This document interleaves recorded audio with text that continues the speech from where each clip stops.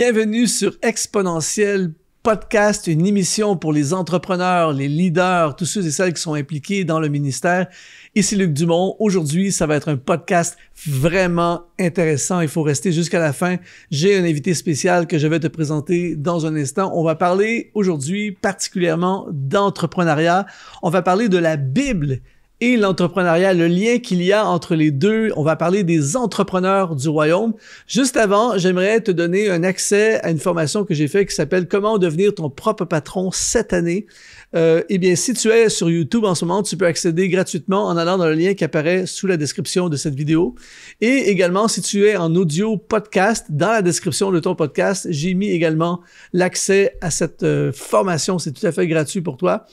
Et aujourd'hui, j'ai un invité vraiment passionnant. Ce n'est pas qu'un invité, c'est un ami personnel depuis plusieurs années maintenant et c'est un pur entrepreneur. Je parle de Johan Defontaine qui est le PDG d'une société qui s'appelle Citizen Group en France qui sont spécialisés dans l'immobilier. Ils construisent des centres de vie, des tours avec des multiples appartements. Il va nous en parler aujourd'hui. Il fait ça depuis près de 20 ans maintenant, donc il a beaucoup d'expérience et aussi, c'est particulier, c'est un tandem qu'on ne voit pas souvent. Il est également leader spirituel et un pasteur et donc il a réussi à combiner les deux. Il va nous en parler également aujourd'hui. C'est vraiment passionnant. Et Johan aussi est un auteur. Il a publié un livre vraiment super qui s'appelle Leadership, qui est un livre sur le leadership et sur comment former des équipes, comment bâtir des équipes, que ce soit dans l'entreprise, dans le business et aussi dans le service, dans le ministère, de construire des gens, aider des gens à être propulsés dans ce qu'ils sont appelés à faire. Et Johan aussi est un passionné, dont vous allez voir dans un instant, ça va être vraiment intéressant. Et on va parler avec lui de la Bible et l'entrepreneuriat, comment devenir un entrepreneur du royaume. Alors, mon ami Johan, merci d'avoir accepté l'invitation, merci d'être avec nous. D'ailleurs, on t'a eu sur différentes capsules dans le passé et merci d'être avec nous aujourd'hui. Si en ce moment, alors que tu regardes, si tu es sur YouTube évidemment et que tu es un entrepreneur ou tu aspires à l'entrepreneuriat, eh bien j'aimerais que tu puisses laisser dans les commentaires d'où tu es sur la Terre. Ce qui est fascinant, Johan, on a des gens de partout sur la Terre. Alors dis par exemple, je suis du Cameroun, je suis de Yaoundé, je suis de Paris, je suis de Genève, je suis de Montréal, peu importe où tu es, tu dis d'où tu es et tu dis je suis un entrepreneur, peut-être même nous dire dans quel domaine tu es. Je lis tous les commentaires et c'est toujours fascinant de voir ce que les gens font et aussi de voir qu'il y a des entrepreneurs du royaume un peu partout. Alors aujourd'hui, Johan, on est vraiment, vraiment heureux de t'avoir avec nous et bienvenue. Et j'ai une question. J'en ai plein aujourd'hui de questions, mais ma première question, c'est quoi dans la réalité être un entrepreneur du royaume? Bon, bonjour Luc déjà, bonjour, je suis vraiment privilégié d'être là. Bonjour à tous ceux et celles qui nous regardent. Question pertinente que tu me poses directement comme ça. Qu'est-ce qu'un entrepreneur du royaume? Qu'est-ce qu'est la réalité d'un entrepreneur du royaume? J'aimerais commencer par dire qu'on peut tous quelque part être entreprenants. On peut tous avoir une bonne idée, un bon matin, on a une bonne idée, on est bien clair dans notre esprit, on a une idée d'un produit. Ça nous est arrivé, je pense que tous ceux et celles qui nous regardent aujourd'hui ont eu l'idée un jour d'un bon produit. Tu sais, comme mon épouse me dit souvent, tiens, moi j'ai eu l'idée de ce truc-là et puis finalement ils m'ont copié. J'ai l'impression qu'il y a des microphones dans la maison là. Il y a ce produit, c'est moi qui l'avais inventé. C'est Google qui nous écoute. Donc, on a tous possibilité d'avoir l'idée d'un bon produit, d'un service qui pourrait quelque part être mis sur le marché et puis de confronter à une réalité de demande. On a tous possibilité éventuelle de pouvoir rassembler de l'argent pour un démarrage de quelque chose dans nos familles, peu importe autour, nos banques s'ils l'acceptent, etc. On peut tous passer finalement avec ou plus ou moins de formation des heures, 10, 12, 14 heures par jour à entreprendre et à se donner pour cette vision-là, passer 40 années. Mais à la fin, la question que je me pose, c'est comment aura-t-on contribué au royaume de Dieu ? Et c'est une question que je me pose souvent et que je pose souvent à ceux et celles qui sont en face de moi et qui entreprennent parfois depuis 12, 14, 15, 20 ans parfois et qui finalement, eh bien, lorsqu'on se pose cette question-là, on est parfois incapable d'y répondre. Comment ai-je contribué? Comment aurais-je, à 70, 75 ans, comment pourrais-je dire j'ai contribué au royaume de Dieu? Et un entrepreneur du royaume, eh bien, c'est un conquérant du roi des rois. C'est un conquérant avec le roi des rois. Sa pensée, c'est je veux que son règne vienne là où je suis. Mon entreprise est à son service. Je suis en conquête. Je suis armé. Je suis oint pour gagner des âmes à Jésus. C'est ça qu'on fait. Un entrepreneur du royaume est en train de gagner des âmes. L'entreprise est une excuse pour nous permettre d'avoir accès à des personnes qu'on n'aurait peut-être jamais eu accès, Luc, mais qui sont là et qui peuvent être le réceptacle de l'évangile, qui est la puissance encore pour le salut de quiconque croit. Bonjour, ici Luc Dumont. Si tu es béni et inspiré par ces émissions et que tu veux nous aider à diffuser encore davantage ce message, eh bien, deviens aujourd'hui un partenaire d'Exponentiel TV. C'est simple. Tu vas dans le lien qui apparaît dans la description de cette vidéo et tu rejoins la communauté des activateurs de destinée. De retour à l'émission. Donc toi, tu prônes vraiment l'amalgame, la synergie entre notre business, notre projet entrepreneurial et le service pour Dieu. Parce que souvent, les gens vont vraiment se séparer. Les deux, j'ai mon business, la semaine, je fais mon business, et puis le dimanche, je vais à l'église. Je pense même, ça n'engage que moi, mais je pense même que c'est une erreur. Parce que quand Dieu appelle, il donne l'onction pour l'appel. Et lorsque nous sommes le même, authentique, lorsque nous sommes du lundi au vendredi et du samedi dimanche à l'église, lorsque nous sommes le même, nous sommes un, nous sommes intègres, du mot intègre, nous sommes un, alors Dieu libère du lundi au dimanche une puissance autour de nous. Et moi, j'ai vécu ça en entreprise. J'ai vécu ça, tu le sais, je vais pouvoir en parler, peut-être partager un peu plus tout à l'heure. Mais en tout cas, j'ai vécu vraiment des transformations de vie. Moi, je suis, et j'insiste dessus, je veux être chaque jour un conquérant du roi des rois. On a appelé cette capsule aujourd'hui « La Bible et l'entrepreneuriat ». Est-ce qu'on a des exemples dans la Bible d'entrepreneurs ou de gens qui avaient l'esprit d'entrepreneurs du royaume? On en a plein. Dès le début, ça commence avec Caïn et Abel. Hein. C'est les premiers entrepreneurs de la parole, mais on trouve après Abraham, Isaac, Jacob. On trouve toutes sortes d'entrepreneurs à différents niveaux. Bien sûr, on ne trouve pas de coach sur Internet à cette époque-là, mais en tout cas, on trouve beaucoup d'entrepreneurs de différents niveaux. On trouve des femmes. Lydie, par exemple, la marchande de pourpre qui accueille Paul, qui accueille les apôtres, qui les fait rentrer à la maison chez elle. Donc, on trouve toutes sortes d'entrepreneurs. Jésus est un entrepreneur. On focalise souvent sur les 3 années et demie de Jésus du ministère terrestre, qui est une bonne chose, hein, entre guillemets, mais quand même, il a eu 30 ans avant, quoi. Tu sais. Il y a eu 30 ans où il a été bâti par son papa en une portion pour être un charpentier. Jésus entreprenait, il avait des clients. Je sais pas sa comptabilité à Jésus. Je veux dire, j'ai pas vu son bilan financier, mais enfin, je veux dire, Jésus entreprenait. Donc, on a toutes sortes de personnes dans la Bible qui sont décrites comme ça. Pierre, lorsque Jésus trouve Pierre au bord du lac, Pierre est un entrepreneur. Tu sais, c'est un pêcheur, il a une mauvaise nuit, puis tu sais, mais c'est un entrepreneur avec ses turbulences, avec ses problèmes. Donc, on trouve toutes sortes d'entrepreneurs. Paul était un méga.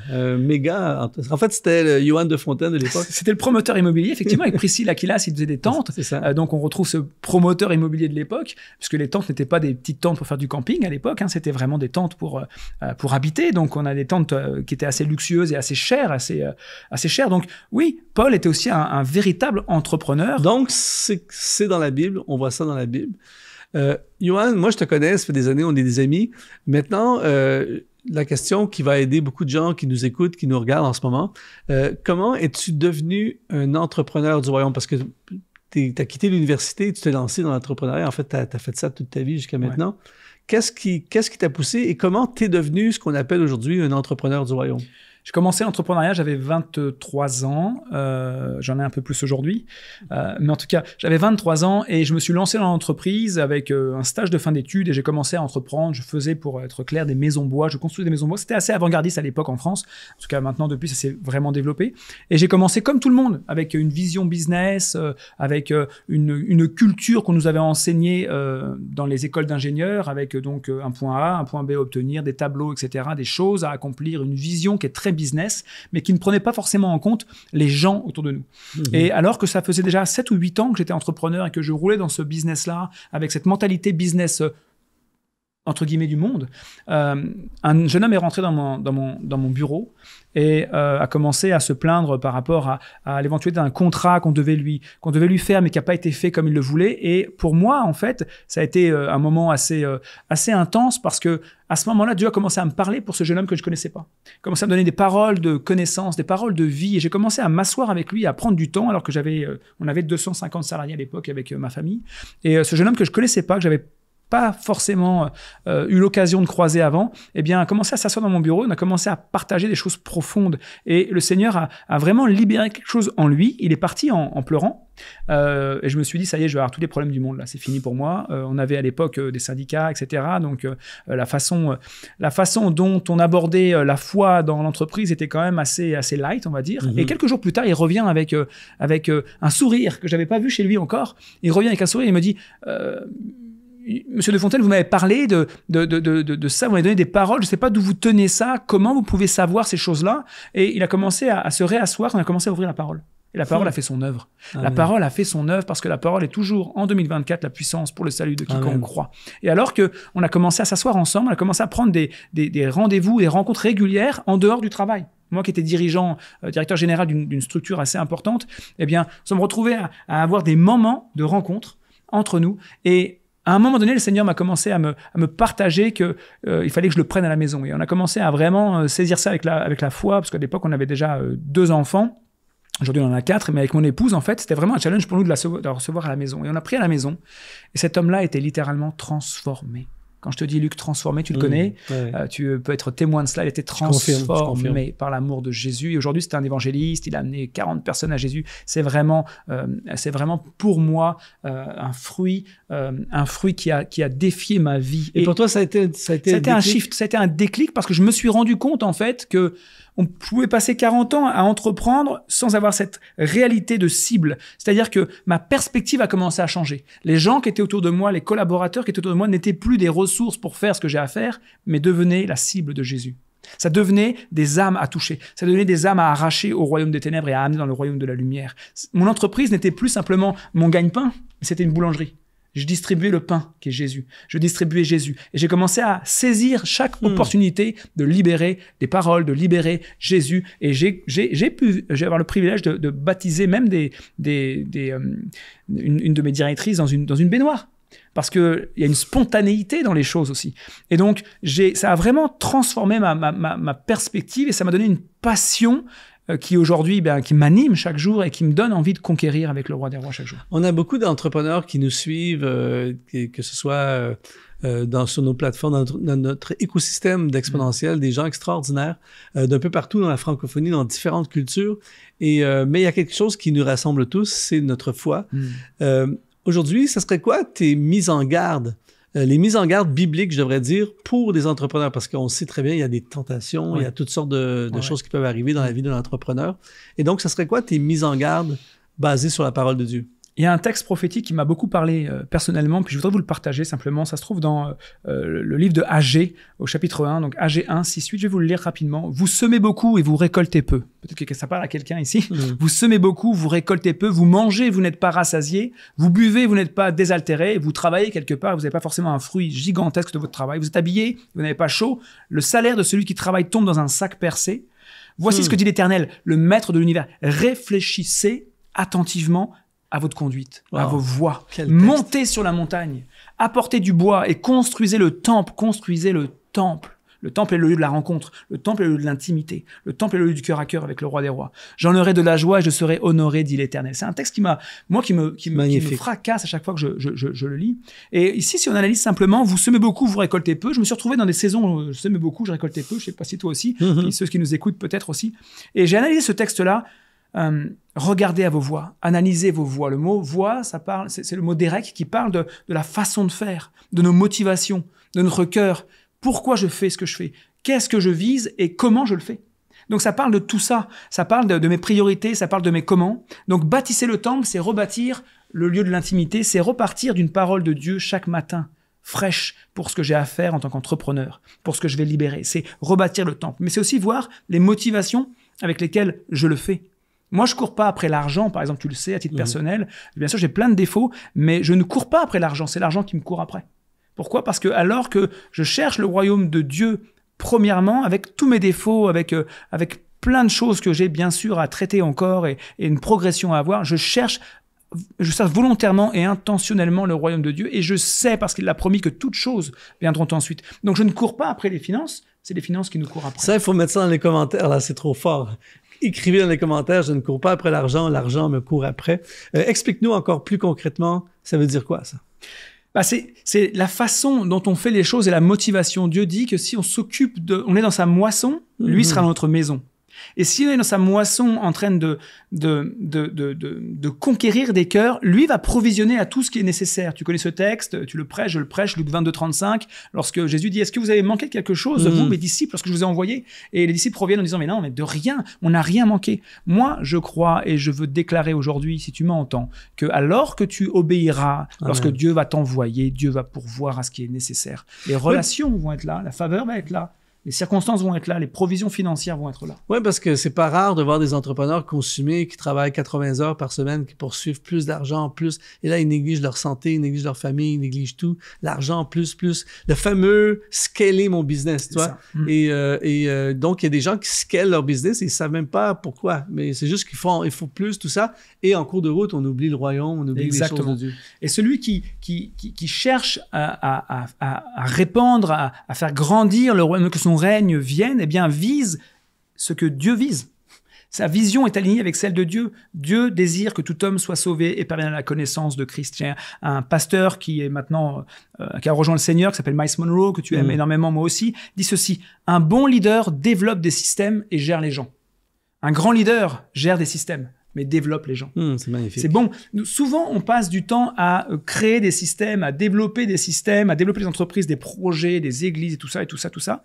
Et c'est très bon. Mais Dieu dit, développe les gens. Nous sommes appelés à développer ceux et celles qui sont autour de nous. Alors, je veux encourager tous les entrepreneurs aujourd'hui à shifter d'entrepreneurs chrétiens à entrepreneurs du royaume. Nous sommes des conquérants du roi des rois et nous devons amener la parole de vérité dans le cœur de ceux et celles qui nous entourent. C'est notre but. Justement, comment on fait pour développer, ou comme on aime dire chez Exponentiel, comment on fait pour exponentialiser notre esprit entrepreneurial, pour le royaume? Parce que là, on a parlé on a parlé des fondations, tout ça, mais il y a des gens peut-être qui nous écoutent, qui nous regardent en ce moment, qui peut-être sont paralysés spirituellement, peut-être qu'ils ont peur d'aller de l'avant. Une des choses qu'on a beaucoup chez Exponentiel, dans ceux qui nous suivent, tout ça, on a beaucoup de gens qui ont un projet, qui ne sont pas en train de le faire. Et peut-être que tu nous regardes ou tu nous écoutes en ce moment, tu as un projet d'entreprise sur ton cœur, tout ça, mais tu n'oses pas aller de l'avant, tu as peur de commencer, tout ça. Et quelqu'un a dit là, le kilomètre le plus difficile de marathon, c'est sortir de la maison. Et donc, peut-être qu'il y a des gens qui sont comme ça. Et donc, comment on fait bibliquement pour développer et exponentialiser cet esprit que tu as, là, cet esprit entrepreneurial de conquête? La première chose que j'aimerais vous dire, j'ai 3 clés simples, mais qui certainement vont produire un effet un peu différent chez les uns et chez les autres. En tout cas, 3 clés. Toujours progresser dans la relation avec Dieu. C'est extrêmement important. J'ai lu un livre de Craig Groeschel récemment et qui m'a marqué. Une seule phrase vraiment a résonné. Bien sûr, tout le livre était intéressant, mais une phrase a résonné: croire que Dieu existe et vivre comme s'il n'existait pas. Être un croyant. On a beaucoup de personnes qui croient que Dieu existe, mais qui entreprennent comme si Dieu n'existait pas. C'est du lundi au vendredi, là, tu sais, on est là et on entreprend comme si Dieu n'existait pas. Dieu n'interférait pas dans notre quotidien. Donc, toujours progresser dans notre relation. Passer de croyant qui croit que Dieu existe, mais qui vit comme s'il n'existait pas, à disciple qui suit. Et passer de disciple qui grandit, qui suit, à témoin de Jésus. À celui et celle qui incarne, qui manifeste Christ, qui ose prier pour ceux qui sont autour d'elle, qui ose prier pour libérer la puissance de l'Esprit de Dieu, la puissance créative et la puissance guérissante de l'Esprit de Dieu. Donc, toujours progresser. Si tu es là avec nous aujourd'hui, progresse dans ta foi, progresse, développe, ne crois jamais que c'est fini, ne crois jamais que c'est achevé, ne crois jamais que tu connais trop la parole de Dieu. La parole est fraîche et elle se renouvelle. Elle se renouvelle comme les bontés du roi des rois, elle se renouvelle. Chaque jour, la fraîcheur, la manne est là et elle est fraîche pour nous. Je te connais depuis plusieurs années, Johan, tu as toujours une nouvelle idée, un feu, une passion, tout ça. Est-ce que c'est connecté avec ton type de personnalité uniquement? Ou tes idées, parce que souvent, les gens ont cette pensée que lire la parole de Dieu, être dans la prière, ça va nous donner des idées pour des projets d'église, des projets d'implantation d'église, qui sont des bonnes choses, vraiment formidables. Et des fois, l'entrepreneur du royaume ou l'entrepreneur qui veut devenir un entrepreneur du royaume a de la difficulté à faire le lien, justement. Et c'est ça que je trouve intéressant, et c'est pour ça une des raisons pour laquelle on voulait t'avoir avec nous aujourd'hui, c'est que toi, tu es en train de nous dire qu'on peut vraiment connecter ces révélations, mais révélations parce que tu nous as partagé hors podcast une révélation que tu as eue pour justement faire quelque chose d'entrepreneurial. Et est-ce que c'est connecté justement avec ce qui nous aide à activer cet esprit entrepreneurial? Moi, je crois que je reviens toujours à la base, la parole Genèse 1, quand Dieu crée l'homme et la femme, il est dit qu'il les a mandatés pour multiplier, reproduire, soumettre. Donc on a cet esprit entrepreneurial en nous, l'esprit de conquête. Il faut se faire la paix avec l'esprit de conquête. Et moi je crois que de plus en plus, en fait, une génération se lève avec cet esprit entrepreneurial. Il y a des pasteurs, de plus en plus de pasteurs que je vois, qui sont des collègues avec qui on travaille, qui commencent à catcher cet esprit entrepreneurial, qui commencent à assumer, parce que bien sûr que c'est un esprit qui nous défie. Pourquoi? Parce que c'est l'esprit du pionnier. L'esprit du pionnier. Le pionnier, j'étais récemment dans une île qu'on aime tous les deux, magnifique, une île paradisiaque, Tahiti, et avec mon épouse, pour notre 20e anniversaire de mariage, j'étais donc cette île-là, la première journée de notre voyage, à quelques kilomètres de là, j'étais sur une espèce d'avancée pour voir un peu la mer, etc. Et je suis tombé sur un monument, et ça m'est arrivé de pleurer sur ce monument-là le premier jour. Je suis pas le genre à pleurer devant un monument, là, tu sais. Mais c'était un monument qui parlait de l'évangélisation de la Polynésie française. Wow. Et ça Yaorana, nos amis en passant, nos amis de Tahiti. Yaorana. Et alors, dire bonjour. J'ai commencé à creuser un petit peu l'histoire avec ce bâtiment, enfin le DUF, hein, qui est parti de Londres à 14 000 km de là en 1797. Imagine à l'époque faire cette distance. Exactement. En bateau, les gars sont partis 30 missionnaires avec des noms qu'on connaît pas aujourd'hui, que j'ai pris en photo, parce que ça m'a marqué de voir des hommes qui étaient inconnus, qui ont fait une différence pour les 118 îles de la Polynésie française. Et j'étais là en pleurs parce que je me suis dit, on a perdu cet esprit entrepreneurial. Où est cet esprit de conquête du missionnaire, de l'entrepreneur du royaume, qui est prêt à partir et qui sait même pas s'il va revenir, mais qui fait confiance à son roi, qui sait que son roi va provisionner au fur et à mesure de son parcours. Et moi, je crois vraiment qu'il y a des gens qui nous écoutent en ce moment, qui nous regardent. Peut-être que ça te parle à toi en ce moment. J'aime dire, Johan, que tu es enceinte du projet de Dieu. Il y a des gens qui portent, en ce moment, tu portes un projet, tu portes un rêve, tu portes une vision. Pareil que ces missionnaires-là ne se sont pas réveillés un matin en disant « OK, je pars sur l'océan ». J'imagine que ça faisait des mois que ça les travaillait. Il faut aller explorer des territoires inconnus. Et en fait, l'entrepreneur, c'est ça. Et qu'est-ce que tu dirais comme parole, justement, à quelqu'un là, qui, en ce moment, porte un rêve, qui porte une vision, qui porte quelque chose et qui... ça serait quoi la première étape ou les premières étapes? C'est l'heure d'accoucher. Amen. C'est l'heure d'accoucher. Écrit dans les commentaires. C'est l'heure d'accoucher. On accouche. On accouche le projet de Dieu. Progresse, développe ta relation avec le roi des rois, bien sûr, mais fais attention à ce qui nourrit ton âme. Parce que tout comme un bébé, tu viens de prendre l'exemple, tout comme un bébé qu'une femme porte, elle fait attention à ce qui nourrit son bébé. Parce qu'elle sait que ce qui la nourrit nourrira ce qu'elle porte. Alors attention à nourrir à ce qui te nourrit ton âme. Est-ce que ce qui te nourrit, c'est des capsules de business qui sont pas forcément chrétiens, qui parlent simplement d'argent, parce que tout ça, ça va simplement créer en toi une forme de cupidité, de recherche de finances. Et ça va te détourner quelque part de l'appel de l'entrepreneur du royaume qui est de viser les gens, Chercher d'abord le royaume, et le royaume de Dieu, c'est des vies transformées. C'est des vies transformées. Donc, faire attention à ce qui nourrit mon âme. Et deuxième clé, c'est bien s'entourer. De bien s'entourer. C'est une clé qu'on connaît, qu'on a prêché, répété, mais pour l'entrepreneur du royaume, c'est extrêmement important parce que la Bible nous dit, et Paul dit que les mauvaises compagnies corrompent les bonnes mœurs. Ouais, tu peux partir avec des bonnes intentions au démarrage. Là. Tu sais, on veut tous toucher les nations, percuter les gens autour de nous, amener l'odeur de Christ partout. Là, mais tu sais, ça prend aussi de faire attention avec qui on travaille.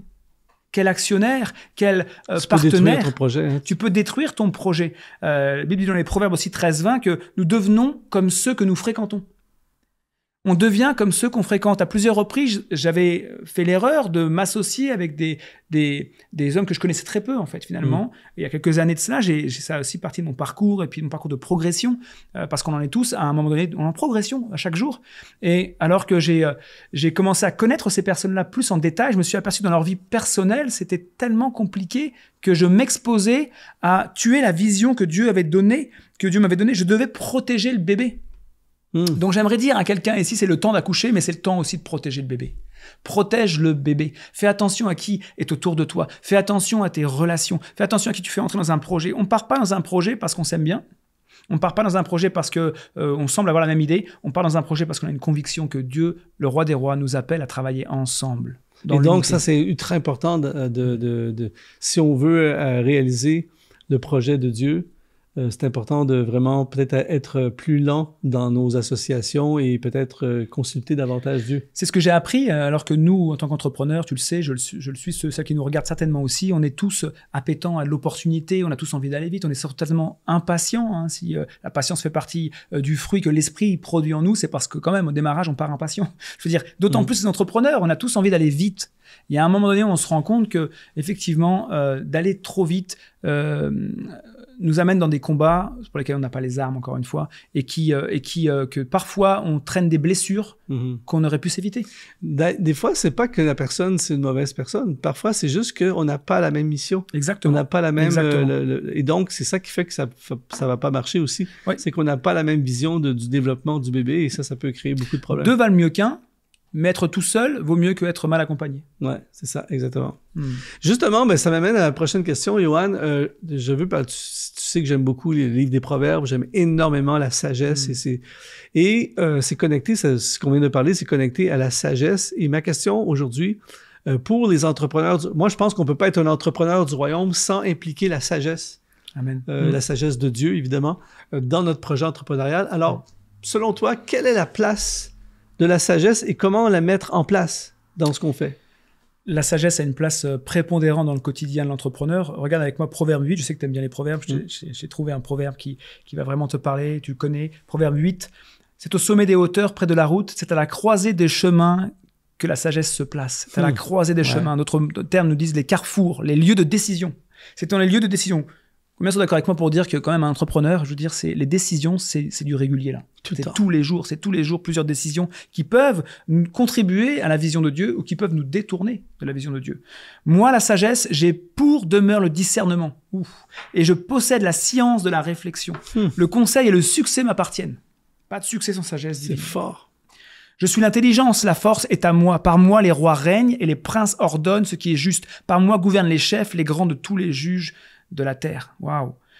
La sagesse, c'est une puissance pour décider, pour discerner, pour prendre la hauteur. Nous ai parlé c'est au sommet des hauteurs. On prend la hauteur. Beaucoup d'entrepreneurs chrétiens ont la tête dans le guidon, comme je l'ai parfois aussi moi, et j'ai besoin de quelqu'un qui m'amène sur la hauteur et qui me dit, OK, là, regarde de plus large, avec une perspective plus large que tu es en train de faire. Regarde ça, parce que quand on a la tête dans le guidon, c'est le meilleur moyen de braquer le guidon et de prendre des mauvaises décisions. Donc la sagesse, c'est une puissance de décision, de discernement, de prise de hauteur, de recul, de conseiller, de réussite et de gouvernance. Sans sagesse, il est très difficile de gouverner. La sagesse, comme il est indiqué ici, aide. Je veux dire, elle est ce comment on gouverne, comment gouvernent les chefs, comment gouvernent les grands, comment gouvernent les juges de la terre.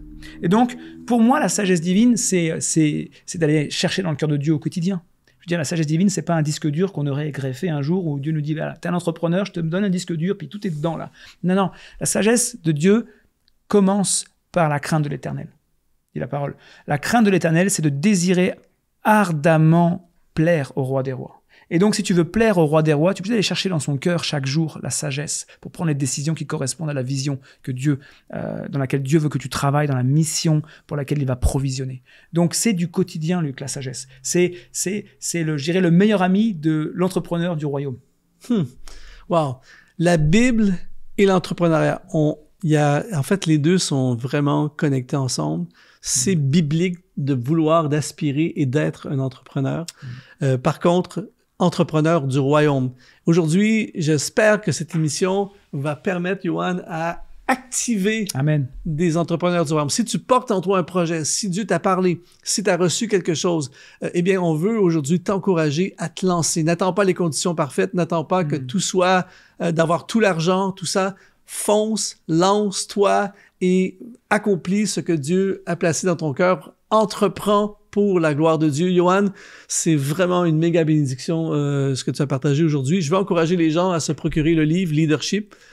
pour justement comment créer aussi des entrepreneurs du royaume. Exact. Ça va être dans la description de la vidéo, le lien pour aller sur le site où tu peux te procurer ce livre. Évidemment, on a notre formation gratuite qui s'appelle « Comment devenir ton propre patron cette année ». Premier lien dans la description de la vidéo en audio, c'est dans la description également du podcast. Petite faveur à te demander, si tu écoutes ce podcast en audio, eh bien, mets 5 étoiles dans la description. Ça nous aide à aller encore plus loin, toucher encore plus de gens. Johan, merci d'avoir été avec nous. Ça a été une contribution. On va te recevoir à nouveau. C'est trop bon. Il y a trop de choses. J'ai 1 million de questions à te poser. On va pas le faire aujourd'hui. Mais merci d'avoir été avec nous. À toi qui nous écoutes, n'hésite pas à liker cette vidéo si tu es sur YouTube. Like cette vidéo, abonne-toi à notre chaîne YouTube et on te dit, sois exponentialisé.